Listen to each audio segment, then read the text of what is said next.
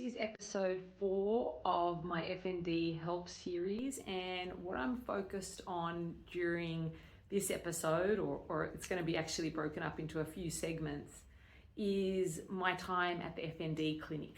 And so what I'm going to be focusing on is actually going through the content that was covered during the 6 sessions that I had done at the FND Clinic with Dr. Adith Mohan, who he and his team, who was actually made up of a neuropsychiatrist, occupational therapist, physiotherapist, and physiologist. And so this made much more targeted and insightful, and really, as I'm sure many of you can appreciate, very early on in my FND journey, it was one of the unknown, and I covered that in my first episode.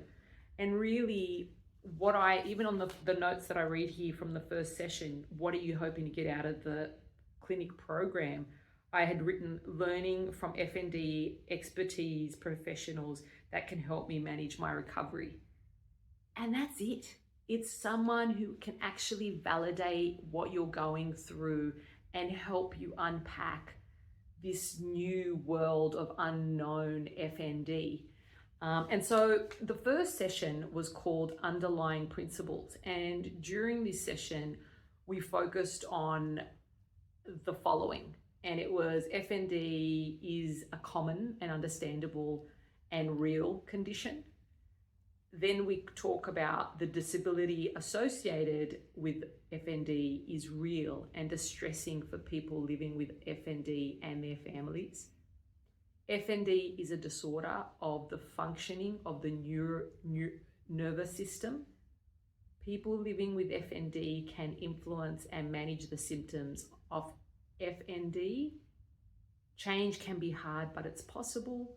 Setbacks are normal and we can learn from them. And then we took a moment to actually look at, and I still remember this vividly, we got a whole bunch of cards and there was all different values written on these cards, things such as creativity, acceptance, forgiveness, love, equality, kindness, safety, mindfulness, curiosity, work, money. All of these different values we had, and we spread them out on the table. And the group asked me, okay, put them in way of priority for you. What is the priority for you right now, this minute in your life? And when you are confronted with defining what is important to you versus those actions that you are doing in your life, those activities that you are doing in your life, it is a really fascinating insight around what change is needed in your life.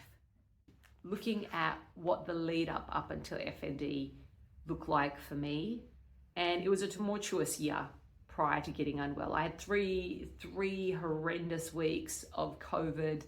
I broke my foot.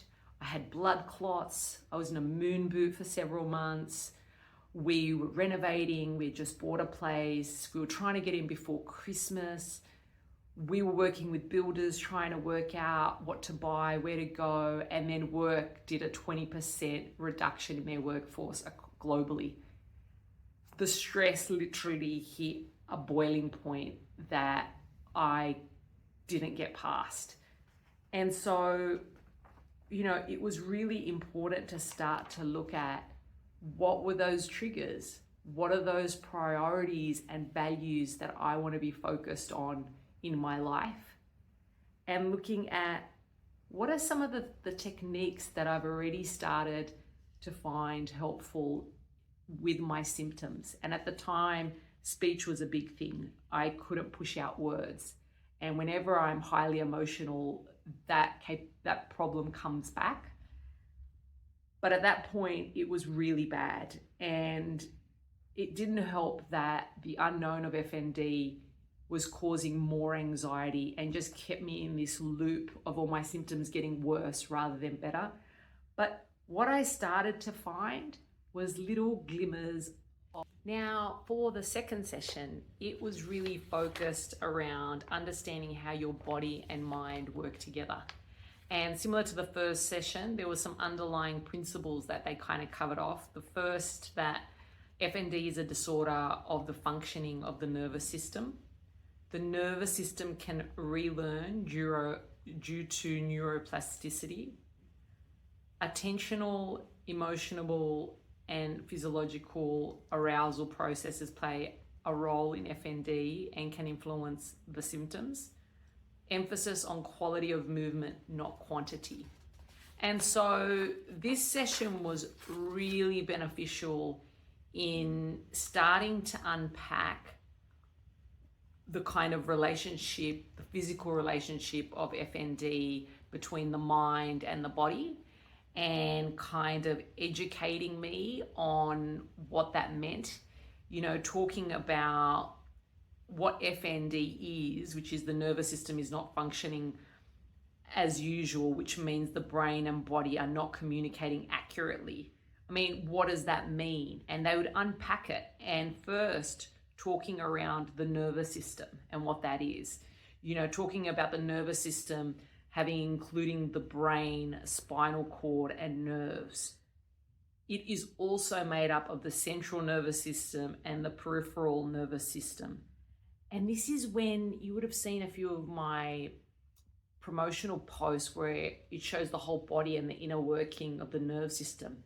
It's insane when you think about there being an issue with the movement of those nerves or how they're communicating to your brain and then impacting the way you do things and the way in which it shouldn't be doing them. And and then we highlighted kind of what symptoms can include, and this was a real eye-opener as well, talking through not just my symptoms, because FND symptoms can be very different from person to person, particularly around the primary issues. But then again, I've seen and heard a lot of similarities, like, going into emergency thinking that you're having a stroke, which was the case for me.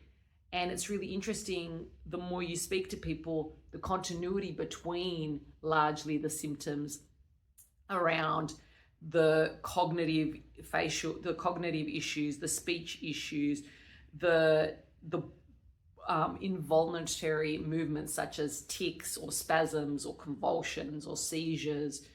And then, it's starting to look at these symptoms, like I said, above and beyond. So it starts to normalize what to expect.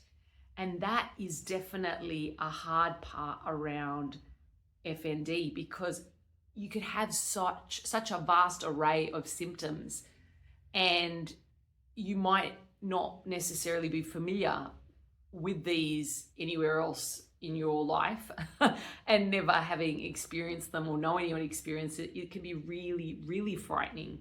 And so it's somewhat reassuring when they started talking through this list of limb weakness, movement disorders, tics, speech, swallowing, communication difficulties, dissociative seizures and non-epileptic seizures, dizziness, bladder symptoms, sensory symptoms, cognitive symptoms, facial spasms, visual symptoms, and that's just primary examples, but there are other issues that people have, and it's really about thinking about strategies. And we kind of started on that in that first session of starting to link kind of what we understand is happening with those scenarios.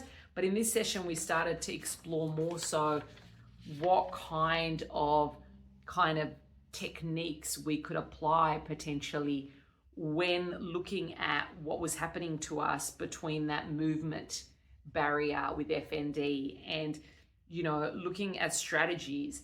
And two strategies that were certainly covered were increased external focus. So starting to pay more attention with the things around you rather than focusing. And then also, reducing that internal focus. Stop thinking about how you're not walking properly anymore. Focus about going to the lunch you're walking to. And it's starting to look at ways in which you can acknowledge what's happening, but then also apply a tool that you've learned in trying to kind of distract yourself is a good example of this. And this is where people get into hobbies and they look at different things that they can get into and start to refocus their energy if they're not working. And looking at trying to tap into the autonomic nervous system, where, like similar for me for driving and work, thankfully, it's something that I don't even think about. It happens automatically. I've done it so many times that my body automatically, this is kind of seriously hardwired. You'd think walking was hardwired, but clearly something went awry. That's FND. And it also just starts, we covered off kind of the nervous system's fight or flight response. You know, looking at the sympathetic nerve system versus the parasympathetic nerve. The sympathetic nerve system acts like an accelerator. It can activate our bodies so we can respond to stressful situations. And then you've got the parasympathetic nervous system that does the opposite. This acts like a brake. It calms the body down to allow for rest and digest. Both of these systems are important for survival. So your body thinks it's kind of doing the right thing, but something's not working properly. So, well, that's what I feel. Something's broken as part of that process. But hey, the jury's still out on that. Also, we looked at kind of breathing strategies. Breathing is also a really basic, important tool that you can take with yourself anywhere. You know, the box breathing technique was the one of them that was covered, where you inhale for a count of 4, you hold for a count of 4, you exhale for a count of 4, you hold for a count of 4. So think about it as kind of a box scenario is the way that they kind of look at it. And it really is about using the diaphragm when you're breathing and like really feeling the breath coming in wholeheartedly and out. So that's definitely one. The other one that we spoke about was promoting balance. So looking at ways that you can turn down the sympathetic nervous system and turn up the parasympathetic nervous system. And look, this was all new. This is all like medical stuff that, you know, I never went out to be a doctor or a neurologist or a psychologist or anyone really in the medical field.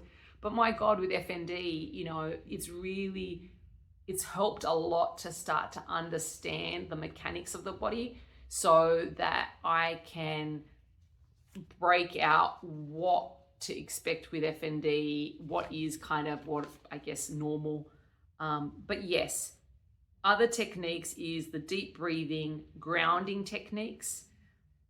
One of the things that I'm always doing to help grounding when I'm out and about, because that's when I get hit hardest with my symptoms largely, is I'll try and focus on one point in the distance or wherever I'm going, or one activity that I need to achieve that I'm actually trying to do. And then the second is really about trying to then look at the floor. Really, the last point around grounding was also focusing on our 5 senses for our grounding. And for the third session, we were focused on really understanding FND. And the underlying principles and aims for this session was really about promoting a sense of hope. Our thinking influences how we feel and what we do, and vice versa. Promoting empowerment and confidence around diagnosis and management of symptoms. Increased sense of choice and deliberateness. So hopefully you can start to see a theme through these sessions that I had at the FND Clinic. It was really ensuring that I understood what the disorder was, understood what that actually meant in way of my symptoms, my environment, you know, really thinking about potential influencing factors, looking at what's priority to me, understanding what that is actually, what's actually happening in my body, and really starting to educate myself around what FND is, as well as being able to review and analyze my condition myself. Whereas this historically would be something I would go to my doctor for and have the expectation that they'd be doing this assessment. And this is the frustrating thing about FND and the lack of support and ownership. And so, you know, that's why we're here. And that's why I'm trying to kind of help you guys. So this session was really about making sense of FND and their symptoms, and understanding the complexity of it all, and understanding the correlation between the overall situation, which is FND, and then what's the kind of behavioral element, what's the emotions, what are the thoughts, what's the physiology of it all, and understanding kind of what it all means, kind of putting it together. And this is where we started talking about cognitive behavioral therapy, which is something by this stage I had been doing for a couple of months with my therapist. Whilst she wasn't across FND, regardless, she used the cognitive behavioral therapy model and framework with me. So a lot that was covered during this session and some of the other items that we talked about really helped me work through a lot of the issues that I had with my symptoms, with the stigma, my own reality of FND versus where I'd come from. And so this session was really about looking at last session, where we looked at influencing your physiology, such as reducing your breathing rate and releasing tension in your muscles. But these activities can also have an impact on how we feel. And so we're looking at kind of what, using these techniques that we learned in the last session, how do they impact us? How do they actually come down and support FND when it kicks into gear? You know, what does reducing your breathing, how does that impact your emotions, for example? How does that make you feel? And what does that make you think about? And what does that help from the situation? And so it was a really good way of cause and effect, understanding the symptom, understanding the kind of tool you would use, and then look at how that would actually have that knock-on effect to help you. And it really started to unpack the role of thoughts. And I know if you're anything like me, a lot of negative thoughts around FND. And that's why I actually try and keep looking forward with FND and try not to dwell too much on the past with FND, because it is quite challenging for me. And those early days are triggers in themselves of symptoms for me. And so thoughts are a really interesting element when you're talking about what impacts you. And this is where I feel my therapy really helped. I had a lot of symptoms as a result of feelings and emotions, and the way that I was able to work through those emotions and thoughts was through cognitive behavioral therapy, and my therapist, and many months of working with her through that. And so one of the areas that we covered off was around unhelpful thinking styles. And these were some of the kind of common ones that come about. Really valuable to make note of these, because honestly, starting to rationalize my thoughts was something that took months to really start to effectively do automatically myself. And it was something that once, and I still have to sit there and think about my rational mindset versus the way that I'm actually thinking. Covered off the kind of role of thoughts in FND, so the negative versus positive thinking. and how they would actually impact FND. And it was really fascinating when you start to unpack this learnt behavior over particularly my lifetime, when it comes down and having to kind of rewire my brain after all this time, and starting to really apply these kind of strategies, and asking myself and validating my thoughts, understanding, can I identify any unhelpful thinking styles? Is it actually true what I'm thinking? Are there any alternative perspectives? Is there anyone else I could talk to? And what would I say to a friend who had this thought? So it's really starting to kind of, unpack this, and then also looking at strategies where you can apply things like normalizing. Lots of people have these kind of thoughts. It's not that it's strange or something's wrong with me. Validation. If it makes sense to think this way because of it makes sense that I think this way because of my past experience. Of course, I'm going to be fearful and scared after having experienced everything that I have with FND. But is that something that should hold me back moving forward? Is that something that I should be fearful of moving forward? And then, I say this quite often: be kind to yourself. Have some compassion. If you were seeing someone in that situation, thinking those thoughts, behaving in that way, what would you do? I know I would be far more compassionate to them than I am on myself.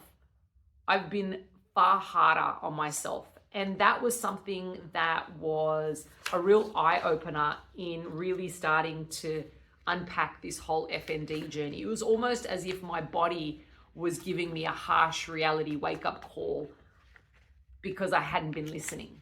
And the way that we closed out this session was talking about emotions, and how emotions are processed and regulated really does play an important part of FND. And, everybody reacts to their emotions differently. Some reactions include allowing the emotion to come and go, focusing on the emotion, becoming engrossed in how they feel and find it difficult to notice anything else, switching off and not noticing anything, not wanting to think about it and preferring to just get on with it. But, you can also have a lot of others, but some standouts are certainly that avoidance, not wanting to do something due to a emotion. Your strategy is to avoid at all cost. And, really as part of that process, sometimes we are not trying to avoid a place or a situation, but rather our own internal thoughts and feelings. When an emotion is very painful or scary, we sometimes just try to push it out. And then kind of covering off the flight, fight, and freeze. In threatening situations, we cannot flee or fight. Our only choice is to freeze. In freeze, our body becomes still and shuts down to reduce injury and increase our chances of survival. And in these instances, one adaptive response is disassociate, means we can feel distant and separated from our bodies. Essentially, the emotions essentially we emotionally and mentally shut down to help protect ourselves and keep us from pain. People often describe feeling numb, unreal, cut off, detached, mechanical, robotic. It's, people can oscillate between hyper arousal, fight and flight, and disassociating freeze. One highlighted note I had here was trusting my body and letting out emotions on a daily basis and not holding them in, which on top of the FND in itself definitely wasn't something that was helping me. I had to start becoming more mindful of my emotions and not being judgmental of my emotions, rather trying to unpack them or work through them. More importantly, work through them with my therapist, and acknowledging how overwhelming these emotions can be. when your life is taken away from you in the way FND comes on. Now, the next session that we had, which was the fourth session in the FND Clinic journey that I had, was focused really around setting yourself up to do well. And really you can see how it kind of slots into the whole journey that I had with the FND Clinic. And the underlying principles around this session were really about understanding the disability associated with FND being real, it being distressing for people with FND, and that function matters more than perfection. That's certainly one of the things that resonated incredibly well for myself, which was, it doesn't necessarily have to be perfection that I'm always striving for. It's important that I'm able to do it. And people living with FND can influence and manage symptoms of FND. Well, I feel that one's still kind of on the board after it's kind of borderline after all this time. Also, change can be hard. Progress occurs through paced, gradual, step-by-step approach. Looking at neuroplasticity and focusing on, what matters, what are the important values that you are now focused on. And really starting to promote that empowerment and confidence in managing your systems. And look, I do feel that finally, over 2 years down the track now, I have a better understanding of my symptoms and kind of triggers in place. I still get surprised with symptoms. I still get surprised with triggers as well. But the more time you are kind of assessing and getting to re-understand your body and the influence that FND has on it, the more you'll be able to manage kind of a type of normality or a kind of new baseline for you and the things that you do. The start of this session starts to focus in on your FND symptoms and behaviors and looking at the connection between those two. The development of FND symptoms can have a huge impact on what people are doing, are able to do with their lives. Conversely, the things that people do day to day and week to week have an impact on FND symptoms. This means that there are many things that people can do that will reduce the impact of FND. So that means that there are many things that people can do to help reduce FND on their lives. Some common ways people are impacted by FND is, doing less of things that you love to do and activities due to the symptoms. Not attending necessary things, activities, tasks because, of the FND, and spending less time on self-care. And then doing more checking and monitoring for signs and symptoms, going to appointments and tests and procedures, pushing through when stressed and fatigued. And it asked me, what are some of the ways FND has impacted on what you do? What do you do more and less of as a result? And so it was really interesting because we then talked about what it's like normally with a normal injury. And with a normal injury, it's about taking lots of rest and staying off the injured part of your body and, caring for yourself and being extra hypersensitive. Whereas, with FND, that's not necessarily the best way forward to kind of do nothing and kind of become more recluse and more focused on the injury. But on the flip side, doing too much can exacerbate the symptoms and then they refer to it as similar to the kind of Goldilocks approach. Not too little and not too much is just right. And it was looking at focusing on strategies that can help get that balance right for me, and trying to stop getting into a vicious circle. And that comes into the whole boom and bust. I've talked about it, several times on my socials, and I'm a big a person that goes down that rabbit hole loads, which is, when I'm feeling great, I do loads and then I overdo it. And then I go into this cycle of bust where I feel awful, I'm exhausted. And then I need to take a long period where I just kind of go recluse and try and get myself back to a quiet, manageable place. But that's, not ideal. Working, managing life, it is a really challenging way to go about things. So, that's where we kind of start to move into what does a kind of day in the life look like? And starting to unpack, what are some really achievable and realistic goals for you at where you are at in your FND journey? And, how you're going to actually manage that. And, when I'm talking about realistic is like, early days, going to the cafe around the corner was a huge achievement. And that in itself was a huge task for the day. I just did 3 weeks traveling where I'm out and about every day. It was a huge achievement. But as part of that, what you kind of don't appreciate during that period is every day I had a 2-hour nap. Every day I had several rests through the day. At some points, I felt like I was actually going to pass out, and we needed to get me back to the room so I can sleep. There were many occasions where I just had to focus on the floor because it was just too much, and so you don't think of these things now, but, in reflection, there was a lot of things I needed to do to get through that day to make it a wonderful period.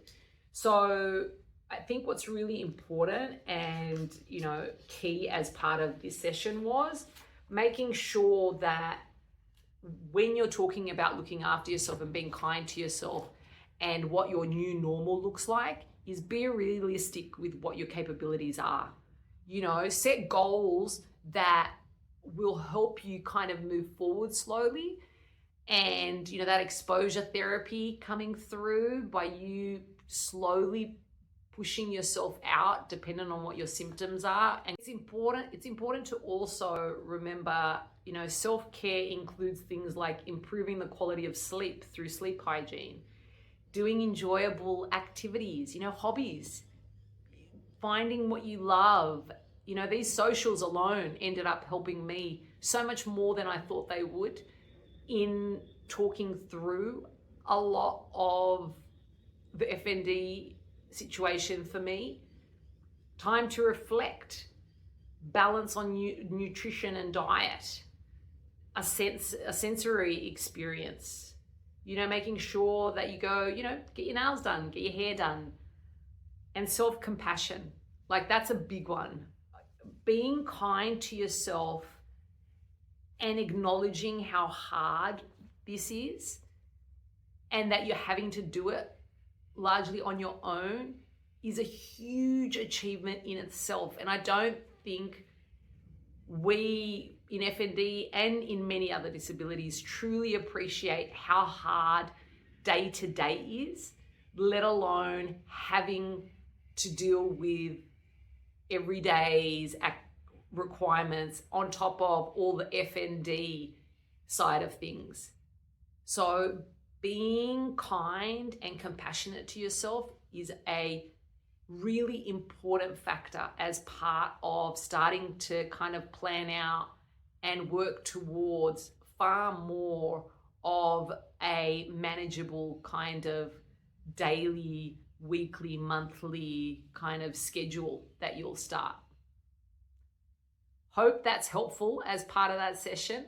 Now, the next session was one where we took the opportunity to bring in family and other support people to come in and raise questions as part of their experience in the FND journey. Bringing in family and support that has been part of your FND journey was a really great opportunity for my family, my husband in this case, who had equally been on this journey. And I think, when you're really in the thick of it, you have such tunnel vision. Now, in retrospect, it's an incredible hard thing for either of us to talk about. And particularly in those early months, it was an incredibly hard situation. And so having a person or a number of trained medical professionals that understood what this condition is when you felt like the whole world didn't know what it was, and be able to ask them questions that they could actually answer or at least validate that were equally important was a huge thing. And so if you do get that opportunity to include others in that exposure, I think that also helps with not just your healing and growth through this journey, but those that are the supportive backbone during this period. And the final session that we had at the FND Clinic was all about, continuing on from the theme of kind of setting up for success. It was putting everything together and planning for the future. And so we focused on, clarifying what are the resources that we have available. And a lot of those links I have included in my link tree, in my bio, that you should be able to access. And equally, you'll have some local links that hopefully your FND clinic or your doctor or GP would be able to share. And then we covered off kind of some worksheets. And I think there's some really important items that we cover off during this session. And I think it's something really important to think about. So, it reiterates returning to what really matters, revisiting the values that are now important to you. It's not about going back to the person necessarily that you used to be. It's about understanding and appreciating now. Like, what is important to you right now in your life, in your world? And then, when you're looking at those and thinking about day to day, preparing for setbacks, relapse. Once you start, I'm getting that now where I feel really good and I'm like, oh my God, I'm dynamite. And then the symptoms, and then I sometimes think, am I going mad? Am I now just so conditioned with the FND that these aren't real? But they are real. And it's about acknowledging them rather than ignoring them or, again, thinking these negative thoughts that are not rational. Also taking a paced approach, again, not doing the boom and bust, which is overdoing it and then having a bad impact on your symptoms as a result. It's about working at the pace that you can now and slowly building on that.